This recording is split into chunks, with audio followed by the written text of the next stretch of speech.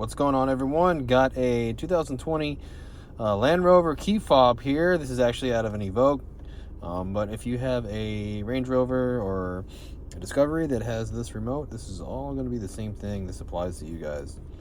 So to replace the battery and open this guy up, the first thing we're going to do is right here on the right side towards the bottom, there's a button. All right, if you push this button with your thumb, you can pull out the emergency key out the bottom. Okay, so this key will open the driver's door in an emergency. It will not start your car, but it will open the door. Now what we're going to do is we're going to use this hole we created to split the remote open.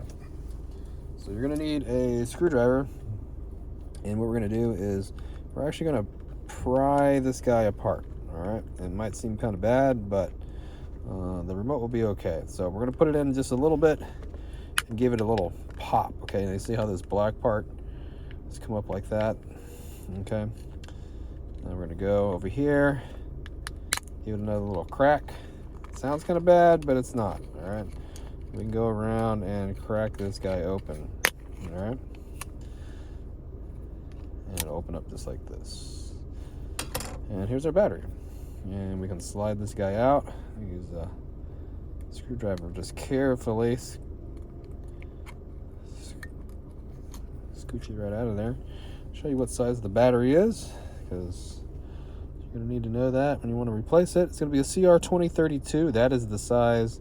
Positive sign like this is facing up, and it just slides back in here like that. All right, now if you need one of these batteries, check down the description box. There is a link that takes you to Amazon where you can get one for $1.25, and the size will be written there also if you need to look at that. So once you do that, you just get the cover and you just snap it back on. Okay, start at the top, work your way down, crack and pop. Now you know you got it together right when you get the emergency key.